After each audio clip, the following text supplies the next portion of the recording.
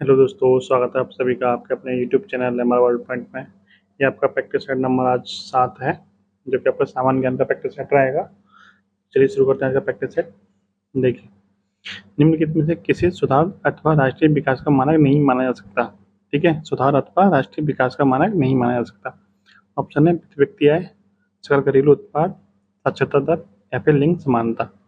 तो इसमें जो आपका ऑप्शन नंबर डी है, लिंग समानता, इसको हम राष्ट्रीय विकास का मानक नहीं मान सकते। बाकी ये तीनों जो है आपके प्रति व्यक्ति आय, सकल घरेलू उत्पाद और साक्षरता दर, इसमें तीनों मानक माने जाते हैं। ठीक है, नेक्स्ट है राष्ट्रीय आय का क्या अर्थ है। तो राष्ट्रीय आय का क्या अर्थ होता है? केवल मजदूरी, केवल किराया, सभी स्थायी लागत का जोड़ या फिर उपरोक्त में से कोई नहीं। तो मैंने आपको बताया था कि राष्ट्रीय आय का मतलब क्या होता है कि जो कुल आय होती है किसी भी देश की निश्चित सीमा के अंदर, वो उसकी राष्ट्रीय आय होती है। यानी सभी स्थायी लागत का जोड़ जो होता है वो उसका राष्ट्रीय आय कहलाता है। ठीक है, यदि हम राष्ट्रीय आय में जनसंख्या से भाग देते हैं तो हमारा प्रति व्यक्ति आय निकल के आ जाता है। ठीक है, तीसरा क्वेश्चन देखिए, जीवन के अधिकार के अलावा भारतीय संविधान के अनुच्छेद 21 में और कौन सा अधिकार दिया गया है? शिक्षा का अधिकार, स्वतंत्रता का अधिकार, समानता का अधिकार और भोजन का अधिकार। तो आर्टिकल 21 में जो अधिकार दिया गया है वो कौन सा है? वो आपका शिक्षा का अधिकार है। ठीक है, अनुच्छेद 21 में न दिया गया, वो किसमें दिया गया? अनुच्छेद 21 के ए में दिया गया है। ठीक है, अनुच्छेद 21 का ए, ये बाद में जोड़ा गया था संविधान संशोधन के द्वारा। अनुच्छेद 21 में के ए में है ये वाला अधिकार। ठीक है, इसके अलावा एक इसमें अधिकार और आता है, वो आपका अनुच्छेद 21 में ही आता है। ठीक है, वो महत्वपूर्ण अधिकार है, उसका नाम क्या है? निजता का अधिकार। निजता का अधिकार, राइट टू प्राइवेसी, ये भी इम्पोर्टेंट है, तो ये भी आप ध्यान रखिएगा, निजता का अधिकार। अगला प्रश्न देखिए, भारत में राष्ट्रपति किस अनुच्छेद के अंतर्गत वित्तीय आपात घोषित करता है? अनुच्छेद 360, 280, 300 या फिर 110। तो जो भारत में राष्ट्रीय आपात की घोषणा की जाती है वो किस आर्टिकल के तहत की जाती है? अनुच्छेद 360 के तहत की जाती है। ठीक है, वैसे अभी तक राष्ट्रीय आपात जो है, वित्तीय आपात अभी तक लगा नहीं है भारत में एक भी बार, लेकिन जब कभी भी घोषणा की जाएगी तो वो अनुच्छेद 360 के तहत ही की जाएगी। अनुच्छेद 280 में क्या है? तो इसमें आपका वित्त आयोग है, केंद्रीय वित्त आयोग किसमें है? केंद्रीय वित्त आयोग जो है वो आपका अनुच्छेद 280 में है। ठीक है, नेक्स्ट क्वेश्चन है, महावीर की शिक्षाएं जो कि लगभग 1500 वर्ष पूर्व लिखी गई थी, वर्तमान में कहाँ अवस्थित है? मुंबई में, भोपाल में, वल्लभी में या फिर कोलकाता में? तो जो महावीर की शिक्षाएं थी वो कहाँ अभी लिखी हुई हैं? तो वो रखी हुई हैं अभी आपकी वल्लभी, गुजरात में। ठीक है, अगला क्वेश्चन देखिए, क्वेश्चन है, निम्नलिखित शासकों को अपने शासनकाल की अवधि के अनुसार सही क्रम में व्यवस्थित करें। ठीक है, कुतुबुद्दीन ऐबक, गयासुद्दीन बलबन, शमसुद्दीन इल्तुतमिश या फिर रजिया। तो देखिए, कुतुबुद्दीन ऐबक गुलाम वंश की स्थापना करी थी आगे, तो सबसे पहले तो कुतुबुद्दीन ऐबक आया था। उसके बाद में कौन आया था? तो उसके बाद में आया था आपका इल्तुतमिश। इसके मरने के बाद इसका ये गुलामों का भी गुलाम था, यानी कि गुलाम वंश की स्थापना करने वाला कुतुबुद्दीन ऐबक था, और उसकी जगह कौन आया था फिर? इल्तुतमिश। इल्तुतमिश के बाद उसकी लड़की आई थी, उसके बाद में ये बलबन आया था। ठीक है, सबसे पहले आएगा कुतुबुद्दीन ऐबक, दूसरे नंबर पे आएगा इल्तुतमिश, तीसरे नंबर पे आपका रजिया और चौथे नंबर पे आपका गयासुद्दीन बलबन। तो इसका क्रम क्या हो जाएगा? 1 3, ठीक है, 4 2, 1 3 4 2, ऑप्शन नंबर डी। नेक्स्ट है, चौरी चौराई घटना किस वर्ष में हुई थी? तो देखिए, चौरी चौराई जो घटना हुई थी वो जो 1920 में असहयोग आंदोलन शुरू हुआ था, उसके उसमें क्या होता है, इस पुलिस चौकी को फूंक दिया गया था आंदोलनकारियों के द्वारा, जिसके विरोध में। उस घटना को क्या बोला जाता है? उस घटना को चौरी चौरा कांड बोला जाता है, चौरी चौरा घटना बोला जाता है। ठीक है, तो कब हुई थी? वो आपकी 1922 में हुई थी। उस घटना के बाद में क्या हुआ था, जो असहयोग आंदोलन 1920 में शुरू हुआ था उसको बंद कर दिया गया था। ठीक है, किस घटना के बाद बंद कर दिया गया था असहयोग आंदोलन को? तो चौरी चौरा घटना के बाद में इसको बंद कर दिया गया था। नेक्स्ट है, अमेजन नदी किस महाद्वीप से होकर गुजरती है? दक्षिणी अमेरिका, अफ्रीका, उत्तरी अमेरिका या फिर एशिया? तो अमेजन नदी कहाँ बहती है? तो अमेजन नदी अमेजन के जंगलों में बहती है, अमेजन के जंगलों में। अमेजन के जंगल कहाँ पे है? तो ये आपके ब्राज़ील में है। और ब्राज़ील किस महाद्वीप में पड़ता है? तो पड़ता है आपका दक्षिणी अमेरिका महाद्वीप में। बात करें अमेजन नदी की, तो ये दुनिया की सबसे बड़ी नदी है, दुनिया की सबसे बड़ी नदी। ठीक है, बात करें सबसे लंबी नदी कौन सी है?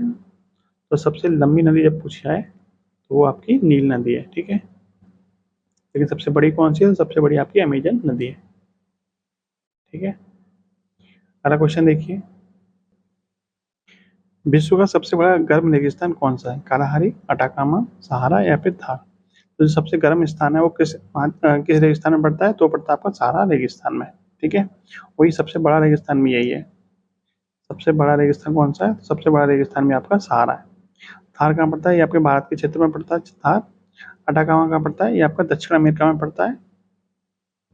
और कालाहारी आपका कहाँ पड़ता है? बोत्सवाना में, यानी अफ्रीका महाद्वीप का ये एक हिस्सा है, बोत्सवाना, ठीक है, और तंजानिया वगैरह में। सहारा कहाँ पड़ता है? सहारा आपका अफ्रीका महाद्वीप में पड़ता है। अफ्रीका महाद्वीप पे कई देशों में फैला हुआ है ये आपका सहारा रेगिस्तान, ठीक है। अगला क्वेश्चन है, प्रायद्वीप भारत की सबसे लंबी नदी कौन सी है? देखिए ये वाला जो क्वेश्चन है आपका यूपीपी में अभी पूछा गया है, 23 तारीख को जो पेपर हुआ था 23 अगस्त को, उसमें ये क्वेश्चन पूछा गया है। तो आप ध्यान रखिएगा कि प्रायद्वीप भारत की सबसे लंबी नदी कौन सी है? तो वो आपकी हो जाएगी गोदावरी, ठीक है। कौन सी हो जाएगी? तो गोदावरी आपकी दक्षिण भारत की सबसे लंबी नदी हो जाएगी। दक्षिण गोदावरी को और किस नाम से जानते हैं? तो गोदावरी को बूढ़ी गंगा के नाम से भी जाना जाता है, ठीक है। बूढ़ी गंगा के नाम से भी गोदावरी को जाना जाता है, और दक्षिण भारत की गंगा भी इसे कहते हैं, ठीक है। दक्षिण भारत की गंगा।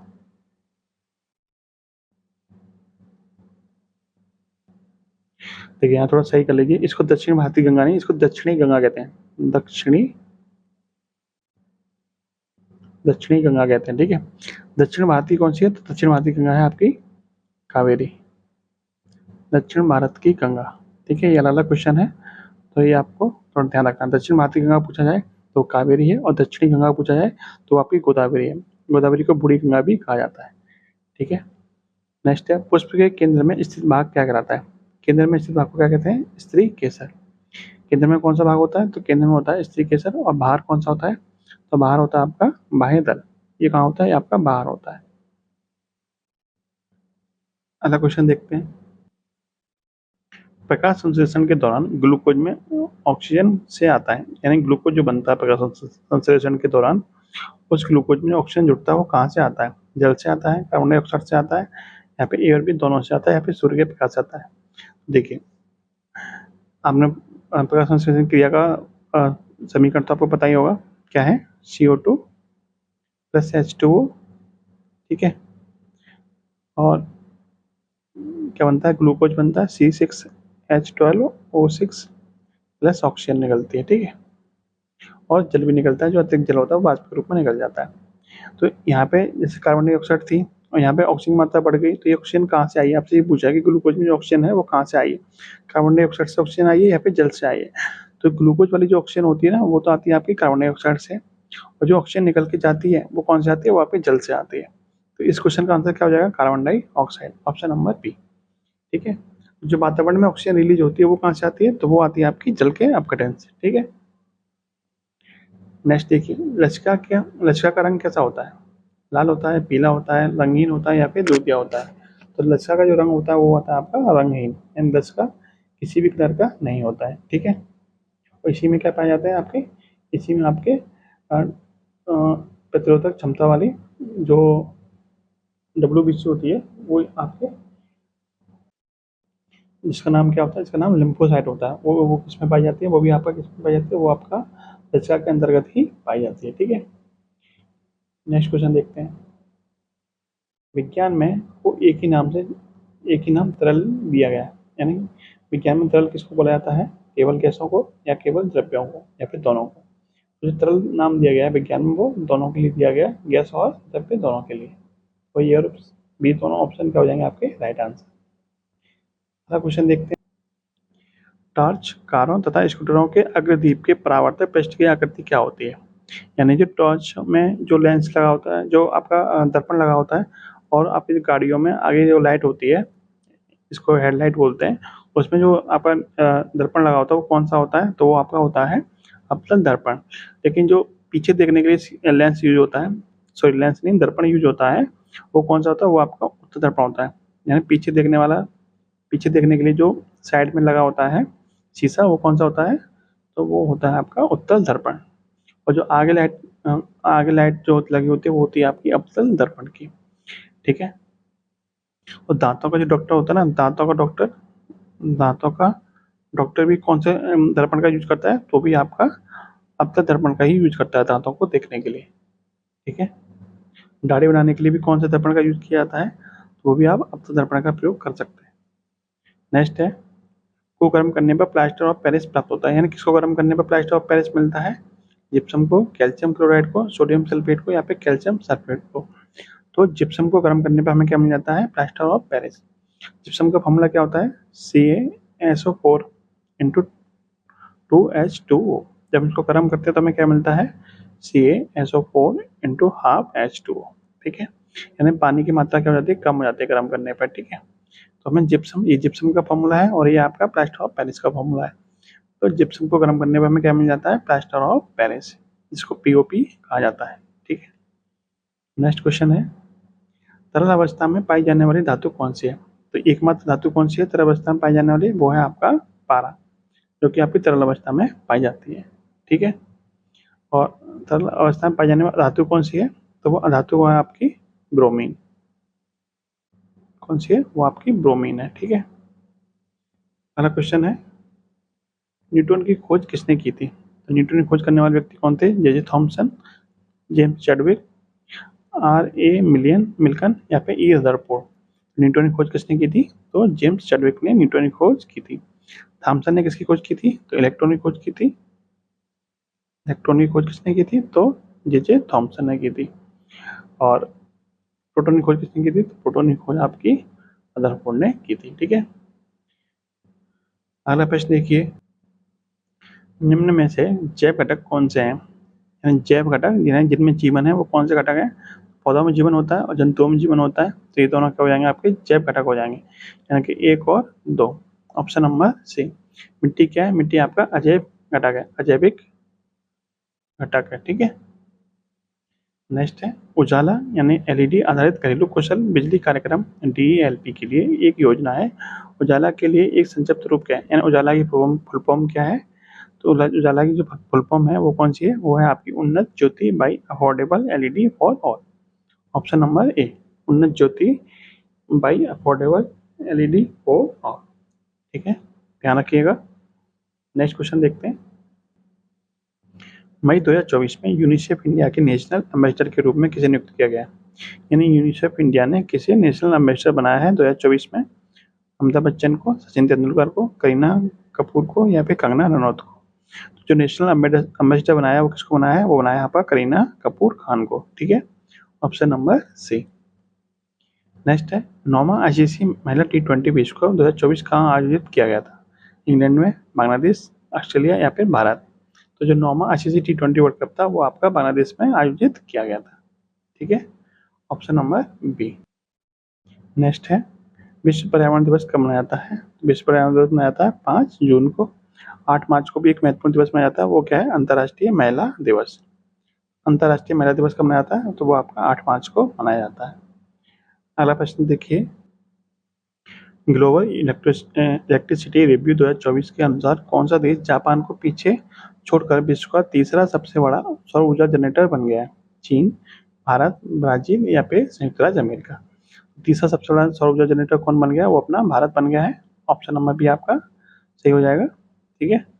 और लास्ट क्वेश्चन देखिए स्पेक्ट्रल सेट का, वो क्या है, वह है आपका, निम्नलिखित में से ओजोन के संबंध में कौन सा कथन सही नहीं है, सही नहीं है। ओजोन विषैला होता है, ओजोन पृथ्वी की सतह के निकट स्थिर होता है, ओजोन सूर्य से आने वाली हानिकारक विकिरणों को अवशोषित करता है। ओजोन का सूत्र क्या होता है, उत्तरी होता है, ये भी सही है। तो इसमें सही कौन सा नहीं है, तो ऑप्शन नंबर B आपका सही नहीं है, ठीक है। आपसे नहीं वाला पूछा है तो ऑप्शन नंबर B आपका सही हो जाएगा।